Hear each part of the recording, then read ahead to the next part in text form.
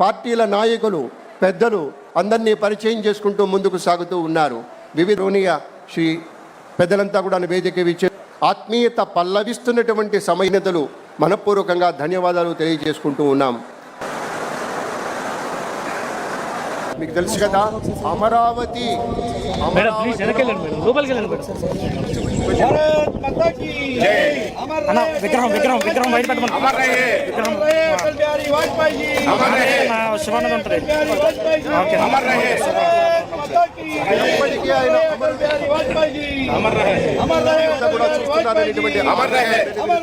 గౌరవనీయ మంత్రి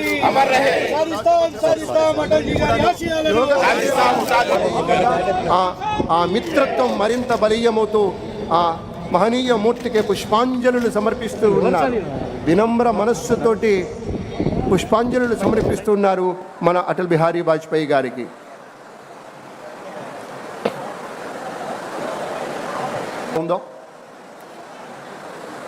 ముద్ర వేసినటువంటి మహనీయ మూర్తి అండి. చాలా అరుదుగా ఉంటారు ఇలాంటి నాయకు. నిఖార్చగా నిలిచినటువంటి మహానాయకుడు, మహాయోగి, మహాతపస్వి, మహాఋషి గౌరవనీయ అటల్ బిహారీ వాజ్పేయి గారిని మనవి చేసుకుంటూ, దేశ అజరామరమైనటువంటి భవిష్యత్తు సందేశం ఇచ్చినటువంటి మూర్తిగా ఎప్పటికీ గౌరవనీయ కేంద్ర మంత్రివర్యులు, రాష్ట్ర మంత్రివర్యులు, నాయకులందరితోటి ఒక గ్రూప్ ఫోటో అక్కడ జరుగుతోంది. విగ్రహావిష్కరణమైంది. ఫ్లోరల్ ట్రిబ్యూట్స్ చేసి అక్కడ ఒక మొక్క నాటుతూ ఉన్నారు. ఎస్, చూడండి, ఒక గుర్తు. ఎందుకంటే ఇది అటల్ బిహారీ వాజ్పేయి గారి స్మృతివనంగా ఈ మాగాణాన్ని మనం డిక్లేర్ చేసుకున్నాం కాబట్టి శివరాజ్ సింగ్ చౌహాన్ గారు తమ చేతులతోటి నాటినటువంటి మొక్క. జై బలో భారత్ మాతాకి, భారత్ మాతాకి. అలా ఆకుపచ్చని ఆత్మీయతల నడుమ ఆవిష్కృతమైతే ఎంత బాగుంటుందో అంత చక్కటి పరిశ్రమ చేస్తూ ఉన్నారు. ఏదో మొక్క అలా పెట్టి ఇలా నీళ్లు పోయటం కాదు, చక్కగా తలా ఒక గంప చక్కటి మట్టి మేలి రకం. ఎందుకంటే మొక్క ఎదగాలి అంటే దానికి కావాలి. మీరు గమనించారా, అక్కడ ప్రత్యేకంగా ఏర్పాటైనటువంటి మంగళగిరి స్టాల్ దగ్గరికి వెళ్ళారు మన శివరాజ్ సింగ్ చౌహాన్ గారు, మన ముఖ్యమంత్రి శ్రీ నారా చంద్రబాబు నాయుడు గారు. అక్కడ మాధవ్ గారు ఉన్నారు, సత్యకుమార్ యాదవ్ గారు ఉన్నారు. ఆ మంగళగిరి వస్త్రాల తాలూకు ప్రత్యేకతని వారికి తెలియచేస్తూ ఉన్నారు. మంగళగిరి చేనేతలన్నా, మంగళగిరి పట్టు అన్నా, పట్టుకుంటే చాలు వదల బుద్ధి కానిటువంటి సుకుమారత్వం వాటిలో ఉంటుంది. అది చేనేతకారుల యొక్క సృష్టి. వాటిని ప్రత్యేకంగా అడిగి తెలుసుకుంటూ ఉన్నారు గౌరవనీయ శివరాజ్ సింగ్ చౌహాన్ గారు. వాటి యొక్క ప్రత్యేకతను కూడా చెప్పడం జరుగుతోంది. కేవలం నేత వచ్చారని ఒకటి ఇచ్చేయటం కాదండి, మనస్ఫూర్తిగా డబ్బు పెట్టి కొంటారు. అక్కడ డబ్బు చెల్లించి, ఎందుకంటే వాళ్ళు నష్టపోకూడదు, చేనేతకారుల కష్టం వేస్ట్ కాకూడదు, వాళ్ళకి చక్కగా డబ్బు చెల్లించి. ఎందుకంటే అంతటి పెద్ద నాయకుడు అడిగితే పర్లేదు ఉంచండి సార్ అంటాడు. మనం చూస్తే ఆ యాక్షన్ అలాగే అనిపించింది. కానీ మనస్ఫూర్తిగా చంద్రబాబు గారు పట్టుబట్టి డబ్బులు ఇప్పించారు. అది గొప్పతనం, అది విశేషం, అది మర్యాద.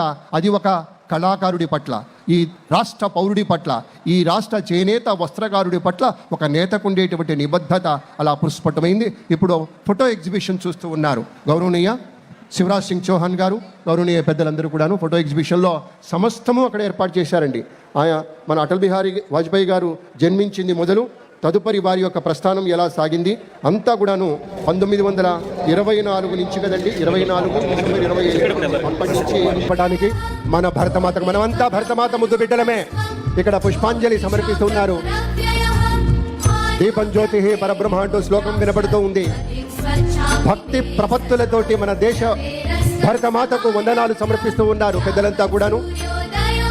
ప్రత్యేకంగా అటల్ బిహారీ వాజ్పేయి గారి స్మృతివనం రానున్న రోజుల్లో ఎలా ఉండబోతుంది అనేటువంటి ఒక స్మాల్ డిజైన్ తాలూకా ఏవి ఇప్పుడు మనం ప్రజెంట్ చేస్తారు, తెలికిద్దాం. రాజకీయ చరిత్రలో సువర్ణాక్షరాలతో నిలిచిపోయే పేరు అటల్ బిహారీ వాజ్పేయి.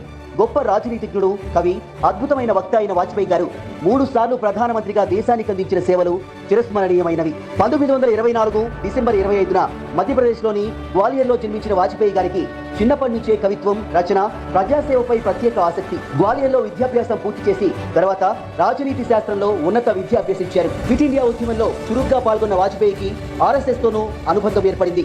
RSS పత్రికలకు పాత్రికేయుడుగాను సేవలందించారు.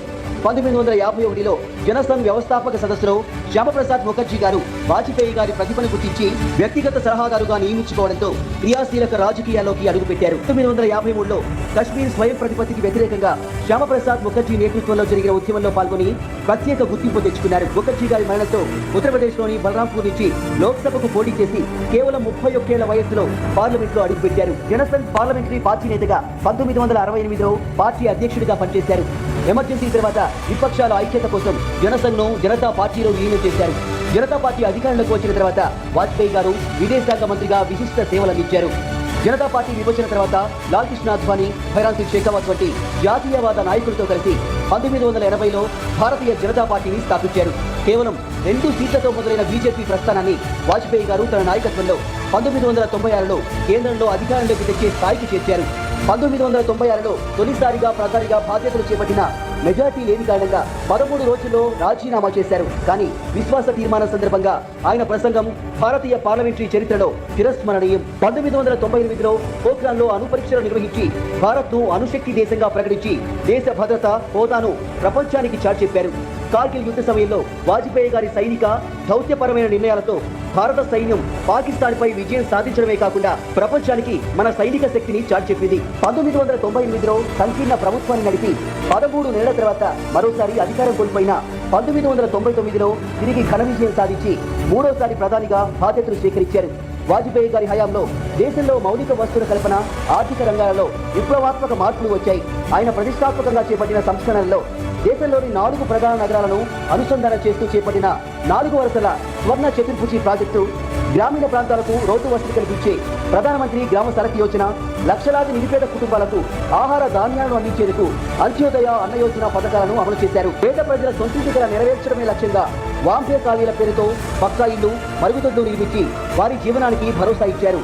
సంపూర్ణ గ్రామీణ రోజ్గార్ యోజన పథకం ద్వారా గ్రామాల్లోని ప్రజలకు ఉపాధితో పాటు ఆహార భద్రతను కల్పించారు. 6 నుంచి 14 ఏళ్ల పిల్లలందరికీ మెరుగైన విద్యను అందించే లక్ష్యంతో సర్వశిక్ష అభియాన్, కొత్త టెలికాం పాలసీ ద్వారా మొబైల్ విప్లవానికి నాంది పలికారు.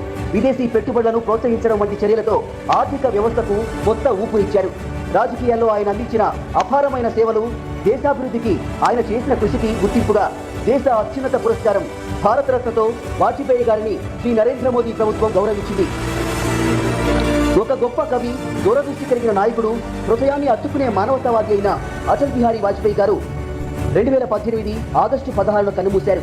కానీ ఆయన సిద్ధాంతాలు, విలువలు భారత్ను బలమైన, శక్తివంతమైన దేశంగా తీర్చిదిద్దేందుకు ఎల్లప్పుడూ స్ఫూర్తిగా నిలుస్తాయి.